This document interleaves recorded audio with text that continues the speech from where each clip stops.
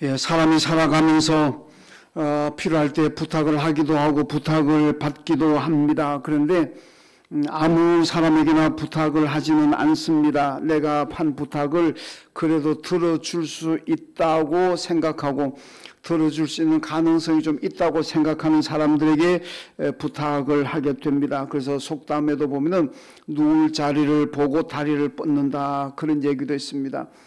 제가 2000년도에 우리 교회를 첫 예배당을 건축하기 앞서 준비하고 있었는데 두 분이나 저한테 전화를 하더라고요. 돈 좀 빌려달라고. 그래서 제가 목사라서 돈도 없고 그리고 또 교회 건축해야 되기 때문에 빌려줄 돈이 없습니다. 그랬더니 그 건축할 돈 좀 빌려주면 안 되냐고. 정말 황당했습니다. 여러분, 그때 제가 만약 돈을 빌려드렸더라면 이 교회 아마 건축도 못하고 예안교회가 안 생겼을지도 모릅니다. 근데 보통 그건 정말 엉뚱한 부탁인 것 같고 대개는 그래도 좀 합리적으로 한 부탁을 하지 않을까 생각이 됩니다. 오늘 본문에 보면은 바울이 데살로니가 교인들에게 이 기도를 부탁하고 있습니다. 왜 데살로니가 교회 기도 부탁하느냐?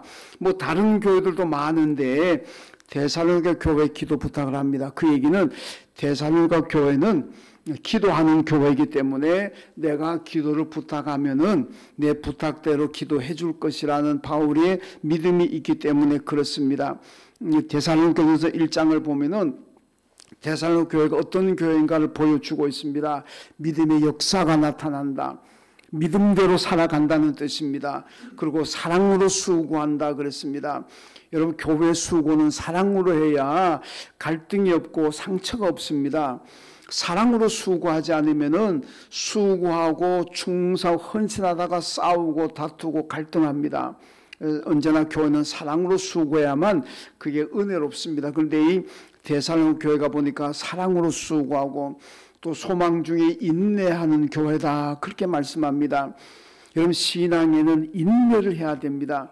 모세와 이스라엘 백성들이 홍해바다 앞에 이르렀을 때에 앞에는 홍해바다입니다. 뒤에는 애국 군대가 추격해 옵니다.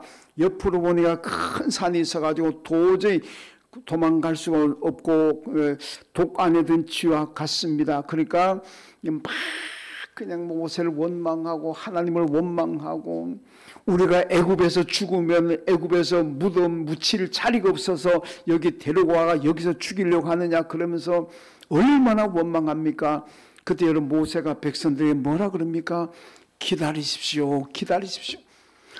여기까지 우리를 인도하신 하나님께서 이 위기 상황을 어떻게 하나님이 해결하실지 기다리세요. 기다리세요. 하나님이 반드시 해결할 겁니다. 여러분, 기다렸더니 하나님께서 홍해바다를 갈라버렸습니다. 누구도 생각하지 못했고 누구도 상상하지 못했던 방법으로 이스라엘 백성들 출애굽시킨 기사가 출애굽기에 나와 있습니다. 하여튼 인내한다는 거, 여러분 신앙생활의 성공과 실패는 어떻게 보면 기다리느냐 못 기다리느냐 달려 있습니다. 조금 신앙생활 하다가 상처받았다고 조금 마음에 안 든다고 해서 못 기다리고 그냥 에이 때려치우자 그러면은요 신앙생활 성공할 수가 없습니다.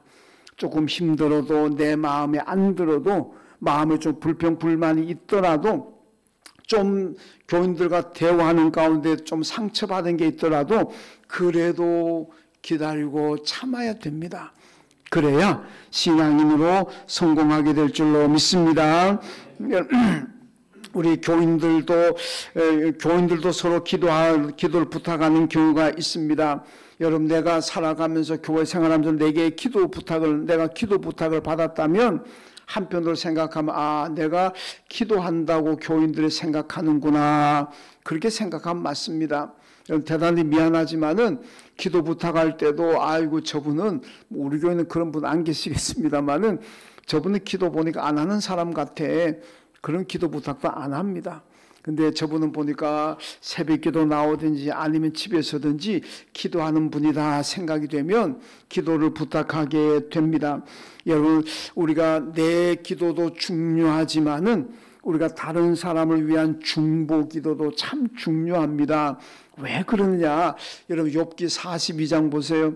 욥이요 얼마나 부자고 얼마나 건강하고 얼마나 행복하고 얼마나 믿음 가지고 살았습니까? 그랬던 욥이 하루아침에 거지가 됩니다. 하루아침에 자식들 다 죽었습니다. 그 많던 재산 다 날아가 버렸습니다. 건강하던 몸이 병이 들어가지고 기와장으로 긁고 있고 개들이 와가지고 몸을 핥고 있습니다. 집도 절도 없다 그러잖아요. 쫓겨나가지고 그냥 하늘을 천장 삼고 그냥 땅을 바닥 삼아가지고 그러고 사는 사람 아닙니까? 그런데 친구들을 위로한다 그러면서 찾아와가지고 이 욥에게 그냥 막 비난하잖아요. 너가 죄를 지었기 때문에 하나님께 벌 받은 거다. 여러분 아무리 교인들이요 내가 생각할 때 저 사람이 당하는 고난은 죄를 지었기 때문에 하나님께 벌 받는다 생각이 되더라도 그걸 표현하면 안 됩니다. 여러분 그거 당신 죄 지어가지고 벌 받는 거야. 그럼 그 사람 얼마나 마음이 아프겠습니까?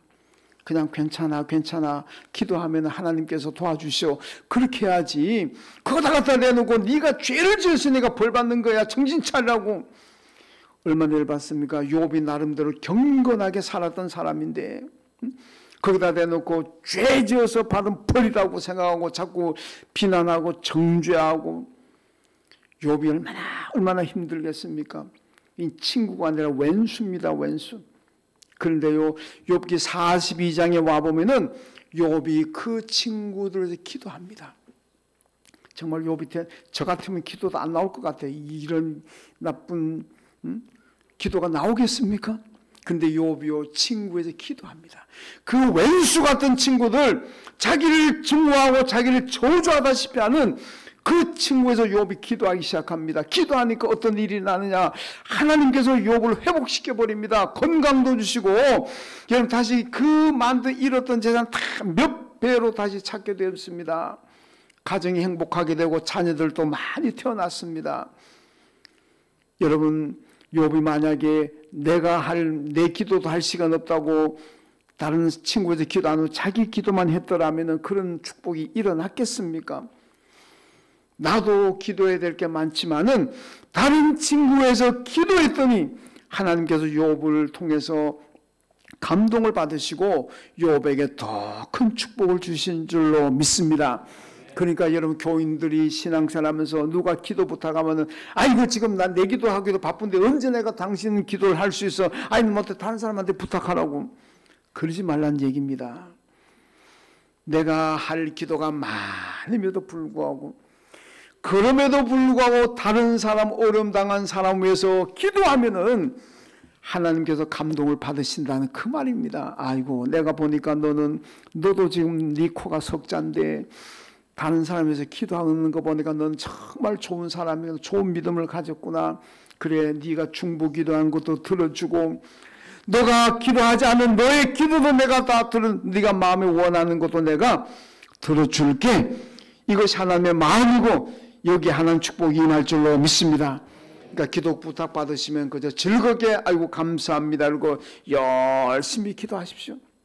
하나님께서 놀랍게 복을 주실 줄로 믿습니다. 오늘 본문에 본 바울이 기도 부탁한 기도는 우리가 해야 될 기도고 우리 교회가 해야 될 기도입니다. 바울이 대사로니 교인들의 어떤 기도를 부탁하고 있습니까? 먼저 오늘 1절 말씀입니다. 자, 1절 같이 읽겠습니다. 시작. 끝으로 형제들아 너희는 우리를 위하여 기도하기를 주의 말씀이 너희 가운데서와 같이 퍼져나가 영광스럽게 되고 아멘. 여러분 예수 그리스도 복음이 데살로니가 교회를 통해 막 퍼져나갑니다. 잘 퍼져나가면 이 얘기는 뭐냐? 데살로니가 교회에는 말씀이 선포될 때마다 아멘으로 잘 받아들이고 그 말씀 받아들이고 그 말씀에 순종함으로써 믿음이 성장하고 하나님의 축복이 임하고 하나님께 큰 영광을 돌리는 그런 교회인 줄로 믿습니다. 왜 그렇습니까? 그 마음이 옥토와 같기 때문에 그 마음이 좋은 마음입니다. 그래서 여기 보면 너희 가운데서와 같이 퍼져나가게 기도해달라.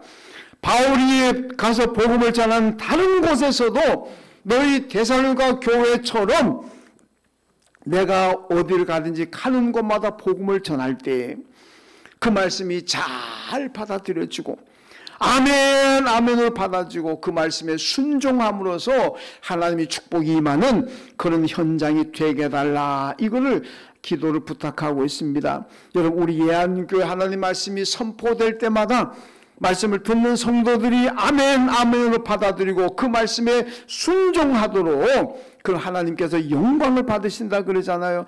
그런 교회 태도로 우리 교회에서 기도해야 될 줄로 믿습니다. 여러분, 바울이 복음 전한 현장 도시들 대개 그 당시 그리스에 보면은요, 아덴이라는 곳이 있잖아요. 지금으로 말하면 그리스 수도 아테네입니다.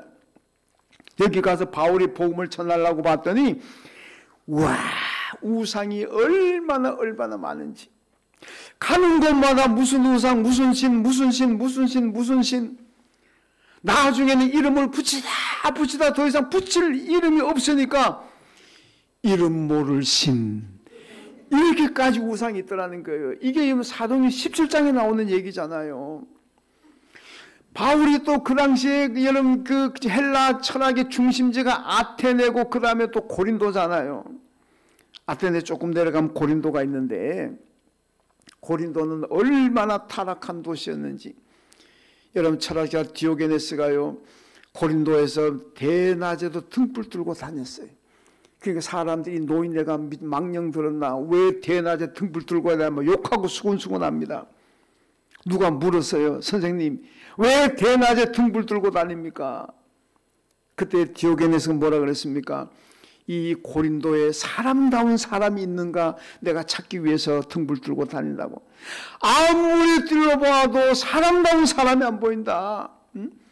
근데 단 한 사람이라도 좀 사람다운 사람이 있는가 내가 찾아보려고 등불 들고 다닌다. 그게 상징적인 행동도 나왔습니다. 여러분, 이 도시, 이런 도시들에게서 바울이 복음 전하면 얼마나 힘들겠습니까?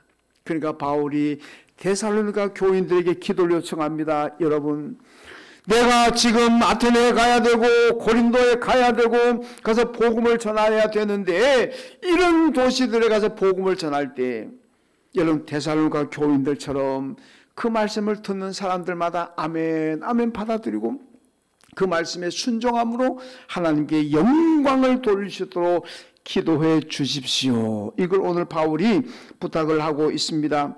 오늘 본문에 보니까 주의 말씀이 너희 가운데서 아직 퍼져나가고 이렇게 말씀합니다. 여러분, 말씀이 퍼져나가게 되면 여러분 하나님께 영광이 됩니다. 그게 말씀이 뭐냐? 말씀이 퍼져나가고 말씀을 듣는 사람들이 하나님 말씀에 순종하게 되면 믿음의 역사가 나타나게 되는 거고 하나님께서 영광을 받으실 줄로 믿습니다. 여호수아 24장에 보면 여호수아의 고별 설교가 나오잖아요. 고별서 여호수아가 막 하나님 말씀을 선포합니다. 여기까지 하나님이 우리를 구원하셨고 인도하셨습니다. 그래서 우리가 하나님을 잘 섬겨야 됩니다. 그게 설교 요지 아닙니까? 그 설교되던 이스라엘 백성들 전부 다 무릎을 꿇고 아멘 아멘, 당신의 말씀이 맞습니다. 하나님께서 우리를 구원하셨고 인도하셨습니다. 그러므로 우리는 지금부터 오직 하나님만을 섬기겠습니다.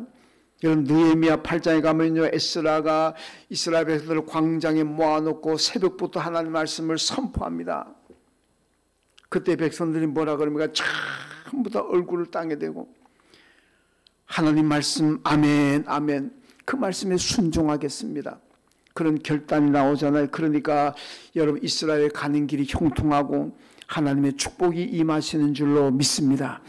하나님 말씀이 선포되면은 그 말씀이 내게 내 기분이 좋든 안 좋든, 그 말씀이 내게 부담이 되든 안 되든 상관없이, 그 하나님 말씀이 내 마음을 찌르든 안 찌르든 상관없이 하나님의 말씀이라면은 아멘 아멘, 그리고 받아들이고 그 말씀에 순종해야 될 줄로 믿습니다. 그 자리에 하나님께서 임하시고 영광을 받으신다고 오늘 본문이 말씀하고 있습니다. 여러분, 출애굽기 마지막이 40장이잖아요. 여기 보면 출애굽기 마지막 40장에 보면은 모세가 하나님이 말씀하신 대로 순종해서 성막을 건축하고 그 성막을 완공합니다. 그때 마지막 40장 오게 되면요, 뭐라고 계속 반복되느냐면은 여호와께서 모세에게 명하신 대로 되었다. 여호와께서 모세에게 명령한 대로 되었다. 전부가 다 성막의 건축에 이것도 지붕도 하나님 명하신 대로, 무슨 성경 기물도 하나님 명하신 대로, 출입구도 하나님 명하신 대로, 벽도 하나님이 명하신 대로, 전부 하나님 명하신 대로 되었더라. 이렇게 계속 반복이 됩니다. 여러분, 그리고 레위기 넘어가잖아요. 레위 1장 딱 넘어가면은 여호와께서 성막에 내려오셨다, 임하셨다 그러잖아요. 그 전까지는 하나님께서 시내 산에 계시면서 모세를 올라오라 그럽니다. 올라가면 그 하나님이 모세와 말씀하셨는데, 이제 성막이 하나님의 명령대로 그대로 건축이 되니까 하나님이 하산하셨습니다. 하나님께서 성막에 내려오셔서 이제부터는 성막에서 모세를 만나 주셨고 모세에게 말씀하셨습니다. 여러분, 그래서 이 성막이라는 것은 하나님의 임재와 영광의 상징인 구름이 항상 덮였습니다. 하나님 말씀에 순종하니까 하나님의 영광을 받으시고 그 자리가 축복의 자리가 된 줄로 믿습니다. 마태복음 13장에 보면 사람의 마음밭을 설명하잖아요. 길가 같은 마음, 돌짝밭 같은 마음, 가시덤불 같은 마음, 좋은 땅, 옥토 같은 마음이 있다. 여러분, 길가에 사람이 다니는 길가에 씨앗을 아무리 뿌려봐야 그 씨앗이 착근되지 못합니다. 죽습니다. 돌짝밭에 씨앗을 뿌려봐야 조금 자라다가 죽어요. 가시덤불에 씨앗을 뿌려 조금 자라다가 햇빛을 맞기 때문에 죽습니다. 그러나 좋은 밭에 떨어진 씨앗은 잘 착근하고 뿌리를 내리고 성장하고 열매 맺습니다. 이런 사람의 마음밭도 그렇다는 겁니다. 길가와 같은 마음에 아무리 하나님 말씀이 선포되어야 소용없습니다. 돌짝밭 같은 마음에 하나님 말씀이 선포되어도 조금은 듣는 것 같지만 그냥 다 무시해버립니다. 가시덤불 같은 마음에 하나님 말씀이 선포되면 처음에는 좀 잘 자라는 것 같지만 조금 가다가 힘들고 어렵고 시험을 만나고 환난을 만나면 또 다 믿음 버려버립니다. 그러나 마음이 옥토와 같은 마음이 되면 하나님 말씀이 선포될 때마다 아멘 아멘 하고 받아들여 그 말씀에 순종함으로써 30배 60배 100배의 열매가 맺는 줄로 믿습니다. 이게 데살로니가 교회의 모습이고 오늘 우리 예한교회의 모습이고 예한교회 성도들의 삶이 되어야 될 줄로 믿습니다. 여러분, 예배 끝나고 나갈 때도 어떤 분들이 가끔 그런 얘기합니다. 목사님, 오늘 설교가 제게 주신 하나님의 말씀입니다. 그건 은혜 받았다는 겁니다. 여러분, 설교는 다 내게 주시는 말씀으로 들려져야 그 은혜입니다. 아이고, 오늘 설교 우리 시어머니가 들어야 되는데, 오늘 설교 우리 며느리가 와서 들어야 되는데, 요때 또 빠졌네. 저 설교 우리 장로님 권사님 누가 들어야 되는데, 그건 은혜 못 받았다는 뜻입니다. 여러분, 설교에 은혜 받았다는 것은 어떤 말씀이 들려지든지 간에 내게 주신 하나님의 말씀이구나, 하나님께서 나보고 들으라고 하시는 말씀이구나, 그렇게 생각된다면 그분은 설교에 큰 은혜 받았습니다. 은혜 받지 못하고 마음이 깜빡하게 되면 미안하지만은요, 저거 누가 들어야 되는데, 저거 우리 교회 누가 들어, 하필 오늘 안 나왔네, 아이고 안타까워라, 와서 들어야 되는데, 그분은 오늘 은혜 못 받은 겁니다. 어떤 분이 저에게 그런 말씀 하시더라고요. 목사님이 예한교회 와서 참 감동스러운 그 위로가 되고 힘이 될 때가 있습니다. 언제입니까? 목사님 치유기도 하실 때, 하나님 우리 예한교회가 치유하는 교회, 치유받는 교회가 되어서 여기에 누가 들어오든지 간에 다 치유받게 해주십시오. 이 기도에 자기가 너무너무 은혜 받고 힘이 되더라는 겁니다. 어떤 간에 그 마음밭이 옥토입니다. 그러니까 기도 소리에도 은혜 받고 말씀에도 은혜 받고 좌우지간 모든 것이 내게 주신 하나님의 말씀으로 들려질 때에 그 은혜 받은 겁니다. 여러분, 누구 들어야 되는데 누가 들어야 되는데 그렇게 하지 마시고 내게 주신 하나님 말씀으로 들어야 될 줄로 믿습니다. 그리고 순종하십시오. 하나님의 영광을 받으시고 하나님의 축복이 임할 줄로 믿습니다. 그 다음 또 하나의 기도 제목의 기도가 2절에 기도 부탁이 2절에 나옵니다. 자, 오늘 2절 말씀 같이 읽습니다. 시작. 또한 우리를 부담하고 악한 사람들에게서 건지시옵소서 하라. 믿음은 모든 사람의 것이 아니니라. 아멘. 여러분, 바울을 방해하는 유대주의자들이 그냥 저 그리스 지도를 보면요, 소아시아 그 그리스 지도를 보면요, 빌립보, 데살로니가, 베레아, 아덴, 밑에 고린도, 그리고 그 다음에 예루살렘까지 따라다니면서 주구장창 방해하고 박해를 합니다. 얼마나 바울이 힘들겠습니까? 고린도후서 11장에 보면요, 바울이 40에 하나 감한 매를 5번 맞았다. 왜 40에 하나 감한 매는 39대잖아요. 왜 그렇게 맞느냐 하면 율법에 40대 이상 때리면 안 됩니다. 그런데 혹시나 때리는 사람이 착각해가지고 41대를 때릴 수가 있잖아요. 그 율법을 어기는 겁니다. 그러니까 한 대를 뺍니다. 혹시라도 내가 이 카운터 계산을 잘못해가지고 41대 때리면 율법을 어겼잖아요. 그러니까 딱 여유있게 한다고 한 대를 뺍니다. 39대. 그래서 성경이 40에 하나 감한 매, 5번 맞았다. 3번은 태장, 그리고 1번은 돌로 맞아 죽을 뻔하게 됐다. 여러분, 이런 큰 고난과 박해를 받은 바울이 이 모든 고난과 박해를 내가 이길 수 있도록 기도해 주십시오. 이걸 기도 부탁하고 있습니다. 여러분, 요한계시록 21장 7절 말씀 보면요, 하나님의 나라는 이기는 자들이 유업으로 받는다 그랬습니다. 이 세상에서 이기는 사람들이 하늘나라를 유업으로 받고 하늘나라 들어가서 영원히 산다, 그 말씀 아닙니까? 이기는 것이 뭡니까? 뭐 싸움해가지고 이기는 겁니까? 아닙니다. 여러분, 요한계시록에서 천국에 들어가는 이기는 사람들 어떤 사람이냐? 바울처럼 고난이 옵니다. 박해가 옵니다. 죽을 고비를 엄청 넘기면서도 그럼에도 불구하고 믿음의 자리를 지켜나가는 사람들이, 그 사람이 이기는 사람입니다. 여러분, 힘없어도 괜찮아요. 뭐 유도 유단자, 태권도 유단자 아니어도 어디 가서 맨날 싸우면 얻어맞고 다녀도 괜찮습니다. 저도 초등학교 다닐 때 엄청 두드려 맞고 다녔습니다. 그래도 구원받는데 아무 지장이 없습니다.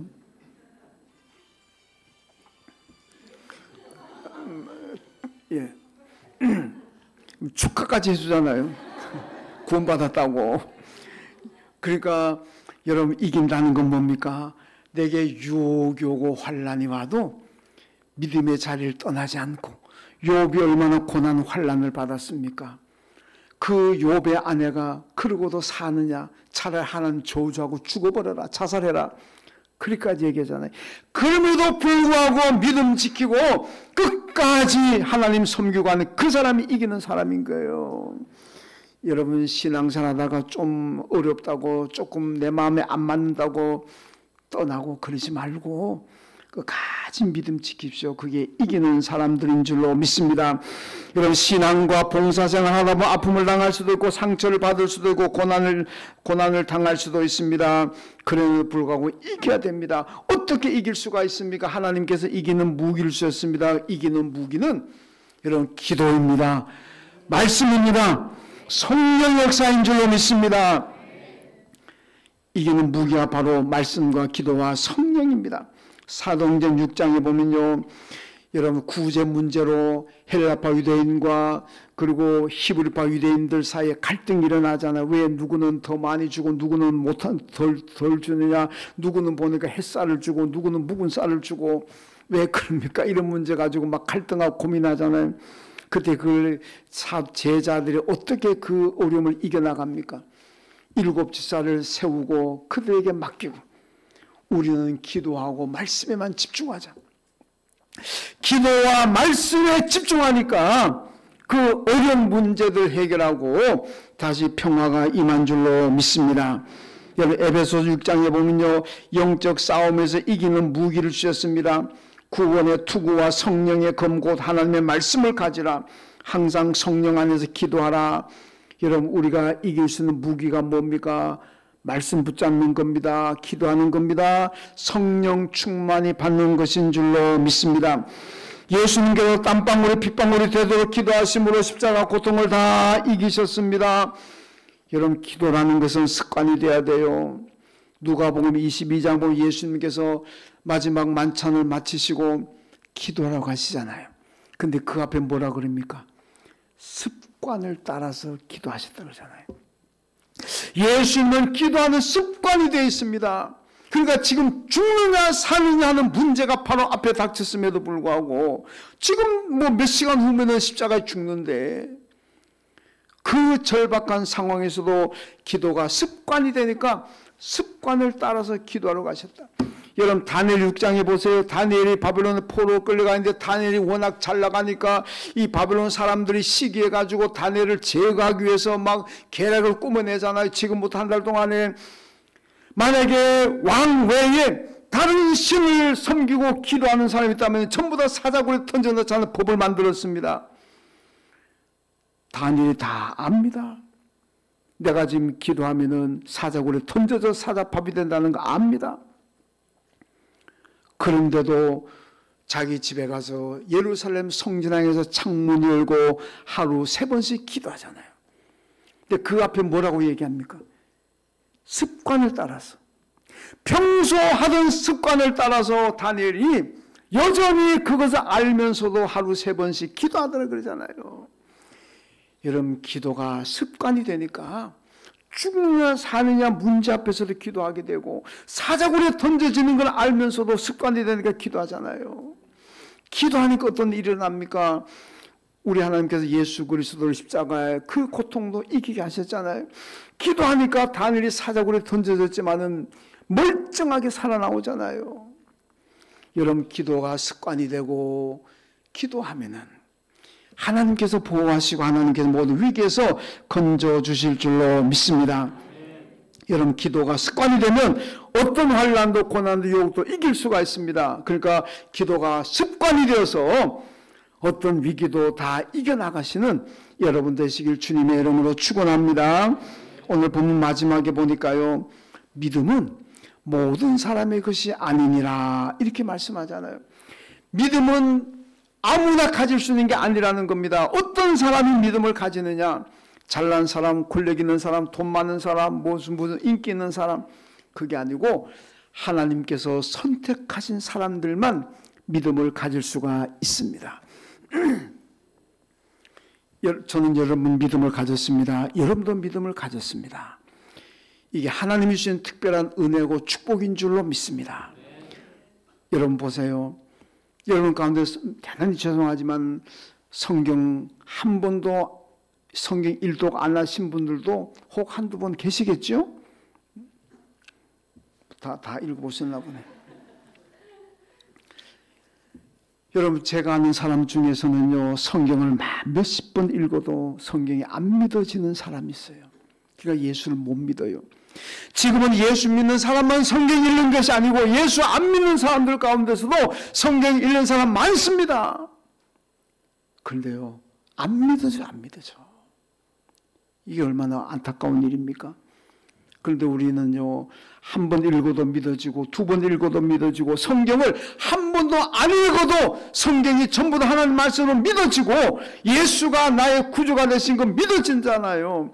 이게 하나님의 축복인 줄로 믿습니다. 엄청난 축복입니다.